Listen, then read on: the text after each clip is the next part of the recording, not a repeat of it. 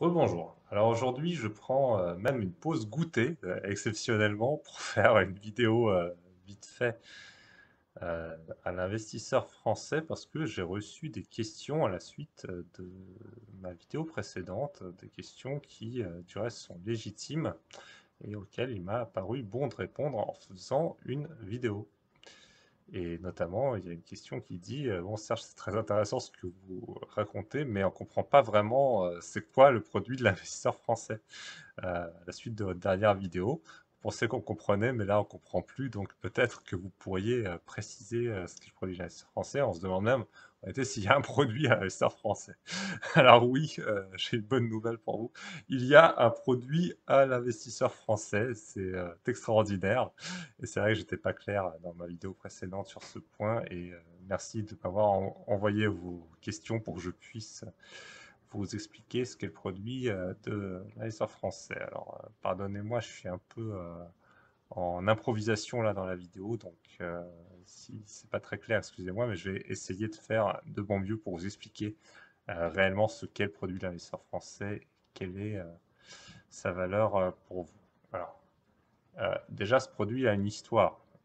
Son histoire, c'est la mienne, même si j'ai pas fait l'investisseur français tout seul. À la base, j'ai lancé ce produit avec Geoffroy et ça s'appelait Be Rich Corp. Voilà.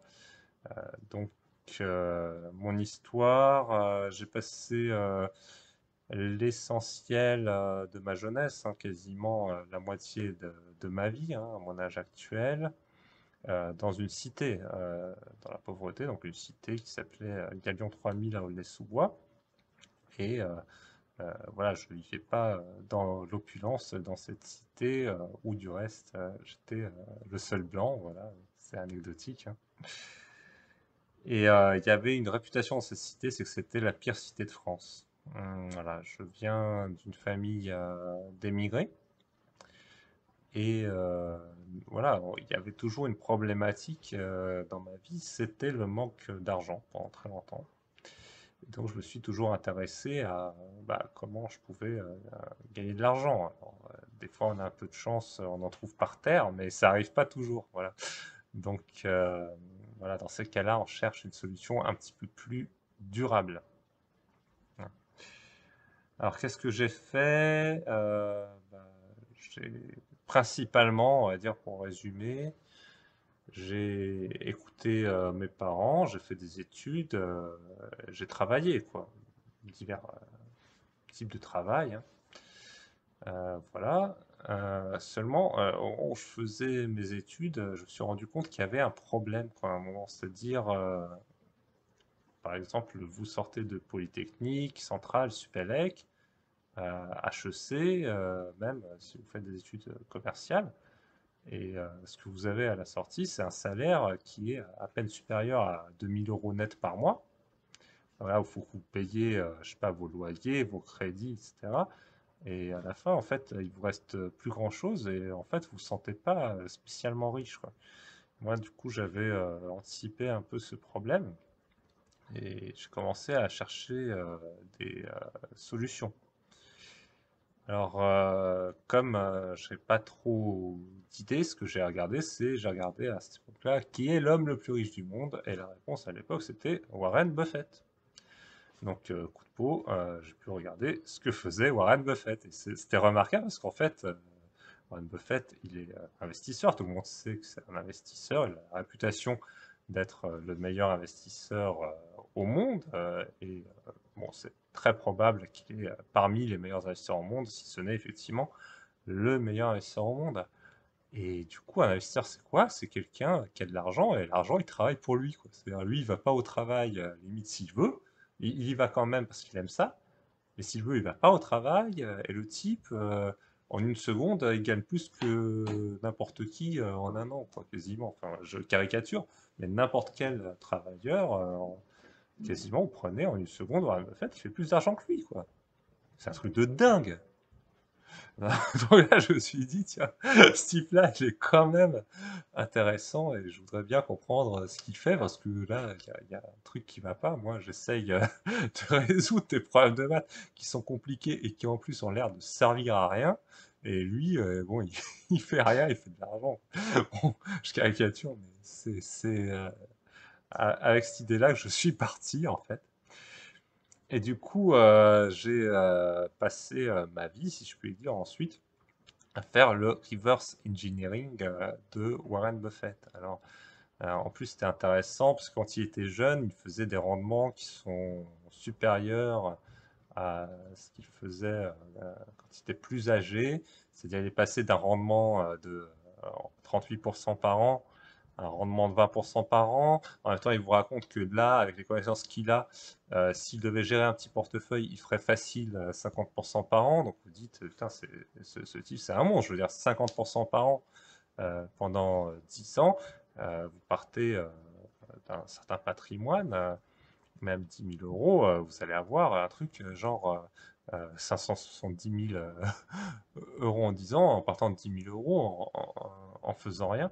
Je veux dire, c'est un rendement énorme. C'est-à-dire, Warren Buffett, lui, il n'est pas retoqué par l'AMF. Bon, il est aux États-Unis, il n'est pas retoqué non plus par le régulateur américain. Lorsqu'il dit, moi, je ferais facile 50% par an si j'étais jeune. Voilà. Et moi, bon, je n'ai pas l'impression que ce soit un menteur, en fait, Warren Buffett. Donc, je me suis dit, il faut quand même que je comprenne ce qu'il raconte, ce type-là, parce que ça a l'air remarquable. Je veux dire, voilà, même moi, je trouverais un moyen de gagner 10 000 euros, je mettrais 500 euros par mois de côté, en partant même de 5 000 euros et 500 euros par mois de côté.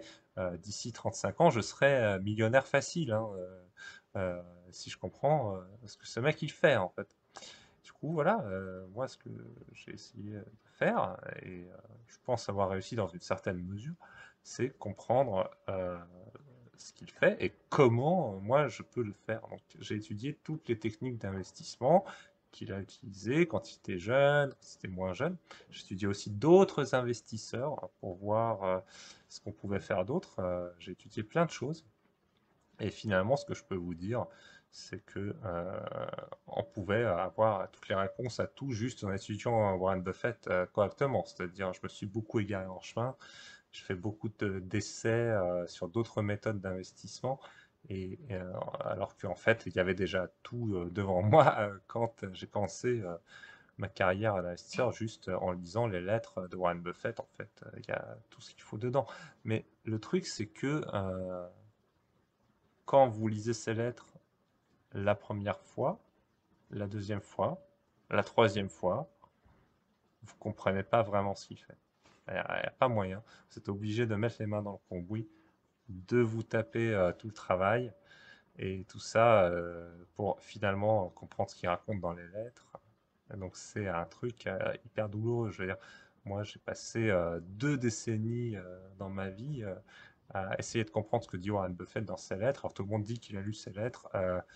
Peut-être. Je suis pas en train de critiquer les autres investisseurs, mais pour moi, je suis pas très doué.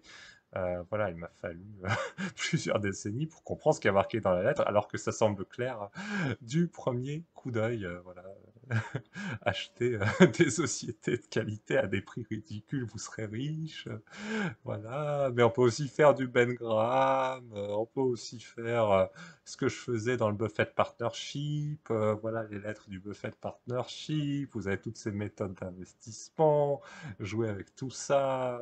Bon, voilà, c'est pas aussi facile qu'on le croit. Franchement, c'est super dur en fait. Voilà.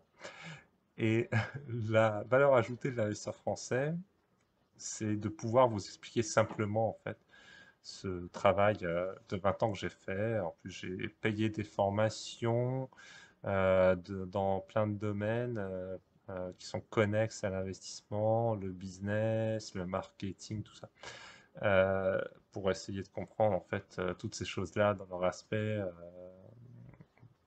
réel, quoi.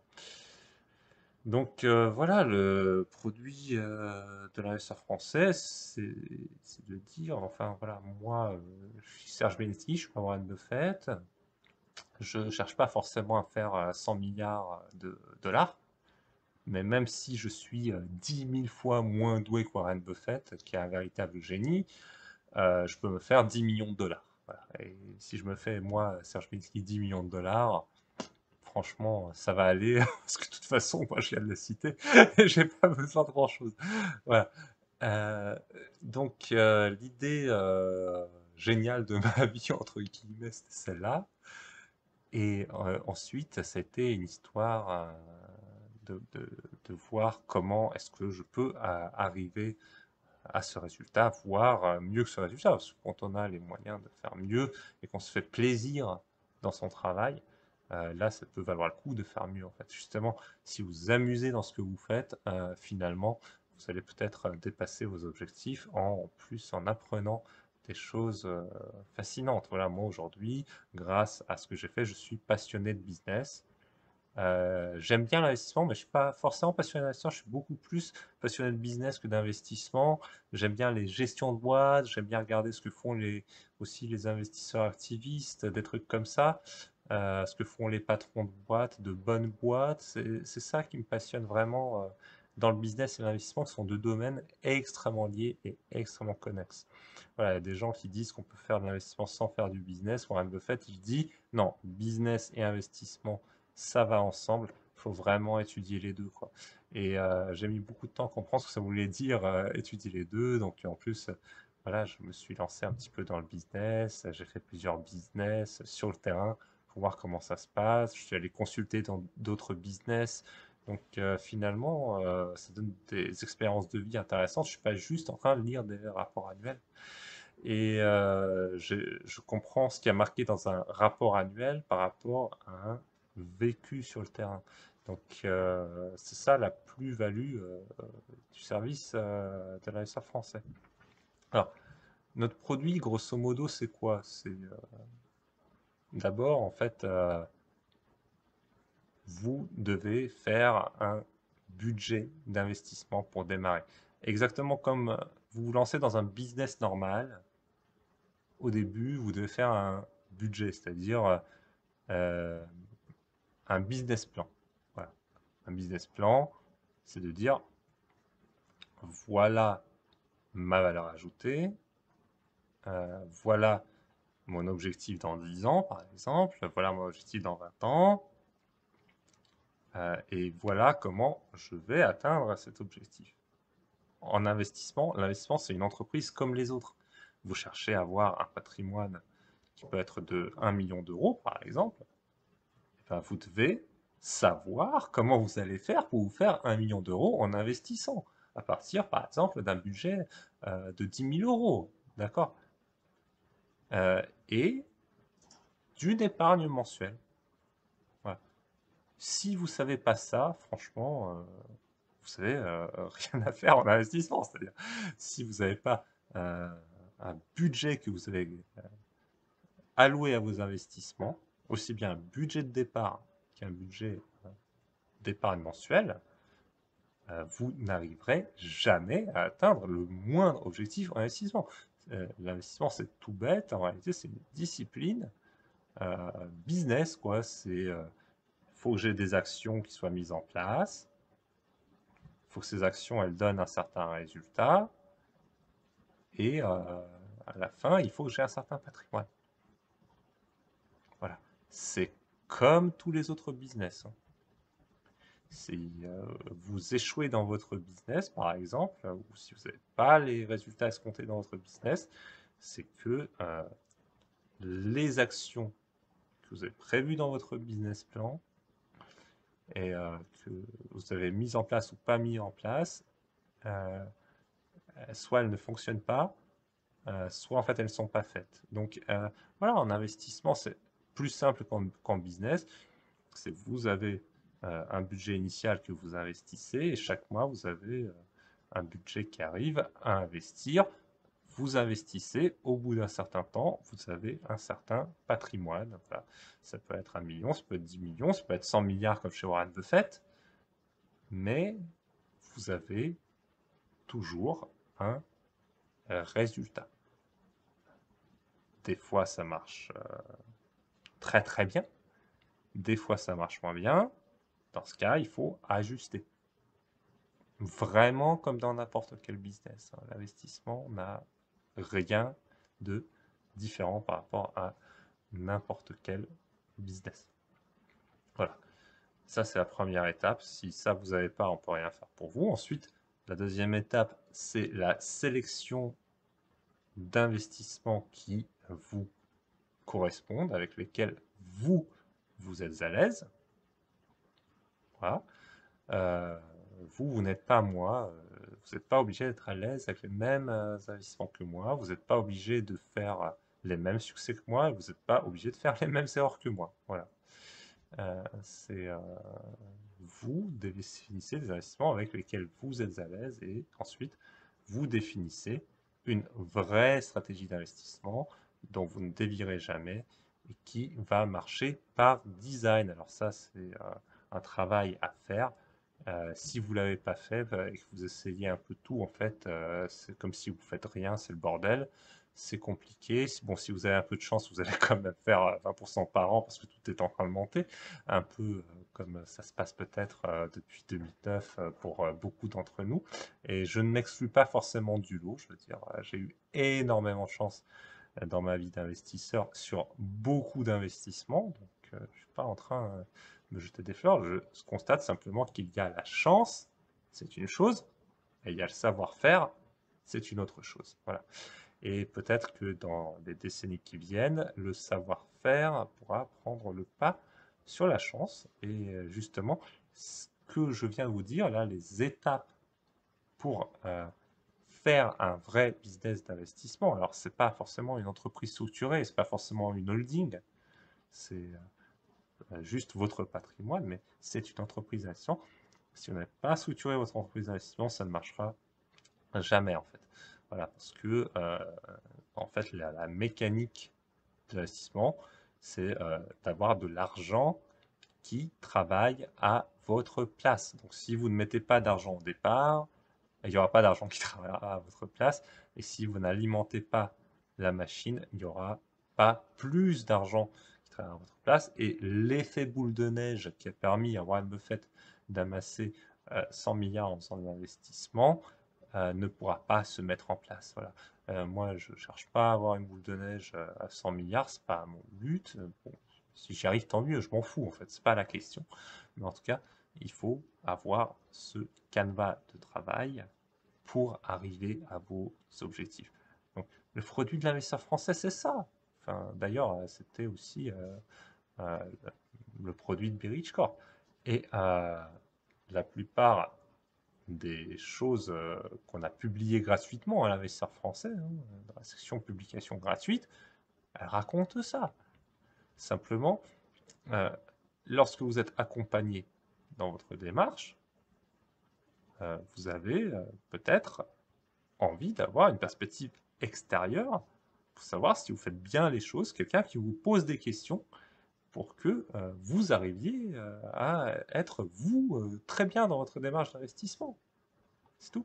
Donc c'est pour ça qu'il y a des gens qui veulent être accompagnés. Et je veux dire, il y a des gens avec qui j'ai eu des sessions stratégiques qui sont meilleurs que moi en finance.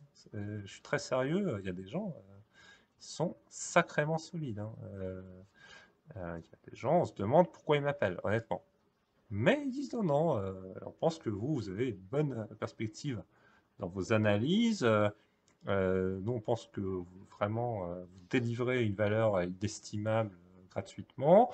On est déjà client chez vous et on a envie de travailler vraiment avec vous, même dans notre démarche, même si on comprend tout ce que vous dites, etc. Parce que vous avez cette plus-value. Les questions que vous posez, elles sont souvent intéressantes. Enfin, et souvent juste. Voilà. Et donc, vous êtes capable de fournir une perspective que nous n'avons pas sans vous. Et donc, c'est pour ça qu'on se fait accompagner, alors que vraiment, je vous assure, j'ai des gens, enfin, j'ai un ami, enfin, je dis que c'est un ami parce qu'on s'appelle très régulièrement, qui est milliardaire, hein. Donc, est-ce que vous pensez réellement que moi, je peux aider un milliardaire américain qui est expert en investissement financier, sérieusement? pas sûr. Mais lui, il dit oui, en fait. Donc bon, c'est un peu bizarre, mais si lui, il pense que oui, en fait, il n'y a pas de raison de pas l'aider. Vous voyez, c'est tout simplement ça. Et on a également des gens français qui sont dans le même cas de figure. Alors, ils ne sont pas forcément milliardaires, mais vous inquiétez pas, ils connaissent le business et l'investissement pas moins bien que moi. Donc, voilà, c'est juste des échanges de perspectives qui sont intéressants. Et c'est ça qui fait que les gens payent en plus de tout ce qu'on donne gratuitement. Mais je veux dire, gratuitement, déjà, à l'ASR français, vous avez tout ce qu'il faut en réalité, hein. Voilà. Par contre, il est vrai aussi que quelqu'un qui veut comprendre les business très très vite, voilà, en 20 minutes, je comprends un business. Alors, ça ne se fait pas en un jour, mais ce genre de contenu-là, en fait, on ne peut pas l'avoir en publication gratuite. Il faut savoir quoi faire. Il faut arriver à ça, en fait. Et ça, il n'y a que quelqu'un qui le fait. Peut-être, bon, Warren Buffett, il peut sans doute vous raconter comment il fait, mais je ne sais pas, il n'a jamais raconté. Et voilà, moi, je veux bien raconter si ça intéresse quelqu'un, mais vous voyez, c'est un contenu qui est ultra spécifique, sur un point ultra spécifique, et en fait, la plupart des gens ne sont pas spécifiquement intéressés par ça, ils sont intéressés par d'autres aspects de l'accompagnement, qui est par exemple une bonne budgétisation, le bon degré de diversification, parce que si vous êtes milliardaire, par exemple, vous êtes obligé de diversifier, hein. Vous ne pouvez pas acheter juste une action. Et en fait, même si vous êtes millionnaire, sur certaines valeurs, cette problématique-là se pose. Donc voilà, il y a des gens qui ont des problématiques de diversification. Et moi, bon, parfois je me la joue, je suis contre la diversification, mais je suis pour une diversification intelligente, en fait, bien sûr. Mais juste diversifier pour diversifier, je maintiens que c'est débile, c'est mon point de vue. Mais diversifier intelligemment, oui, bien sûr, évidemment. Voilà. Donc, vous voyez, je ne suis pas sectaire. Chacun, il a ses propres problématiques à son niveau. Et justement, la capacité qu'on a en accompagnement, c'est de s'adapter aux problématiques de chacun et d'accompagner réellement chacun individuellement vers ses objectifs, quoi. Vous voyez, donc c'est pour ça qu'il y a un produit à l'ASR français, un produit qui, pour les personnes qui ne veulent pas payer ou ne peuvent pas payer, est déjà dans ces grandes lignes donné gratuitement dans la publication de l'investisseur français. Et en plus, on ne cesse d'ajouter de la valeur tous les jours via des vidéos gratuites. Alors, on arrêtera de le faire tous les jours parce que là, voilà, il faut que j'accompagne des personnes vers de vrais objectifs aussi. Voilà, donc ça va me prendre forcément plus de temps et tant mieux. Mais on aura toujours des contenus gratuits à l'Histoire français qui seront de qualité. Et on aura aussi des contenus premium dans le club de l'Histoire français, avec bien sûr différents niveaux de service en fonction de ce que le client premium a commandé. C'est-à-dire quelqu'un qui veut juste des contenus premium, bah, il aura ça dans le club de l'Histoire français comme il l'avait avant, mais le niveau avec l'accompagnement, il y aura des contenus absolument exclusifs qui seront accessibles qu'aux personnes avec de l'accompagnement aussi. C'est-à-dire, voilà. Et on différencie bien sûr le niveau de service dans un accompagnement individuel, c'est sûr, quoi. Voilà. Donc il y a tout ça qui rentre en ligne de mire et il y a beaucoup de personnes en fait qui comprennent ce qu'on fait aussi bien qu'on le comprend et qui ont simplement voilà, envie d'être accompagnés. J'espère que je vous ai bien expliqué ce qu'est le produit de l'investisseur français, qui d'ailleurs de base est en fait gratuit, et il y a une offre freemium, si je puis dire, sur l'investisseur français avec l'accompagnement aujourd'hui. Et voilà, aujourd'hui, on n'a pas de nouveaux clients qu'on accepte sans accompagnement, parce qu'en fait, on a envie réellement d'avoir un taux de satisfaction de 100%, ce qui veut dire que chaque personne qu'on accompagne, on a envie qu'elle puisse réaliser ses objectifs financiers. Et euh, on a constaté que quand on laisse les personnes faire tout toutes seules, euh, les gens parfois échouent en fait. Donc ça c'est dommage, c'est pas quelque chose qu'on a envie d'avoir, et donc c'est pour ça qu'il y a cet accompagnement. Voilà. J'espère avoir clarifié l'offre de l'investisseur français. Je vous remercie pour ceux qui m'ont posé les questions de me les avoir posées. C'est très gentil parce que c'est vrai que c'était pas très clair ce que je proposais. Et je vous dis à très bientôt pour de nouvelles aventures.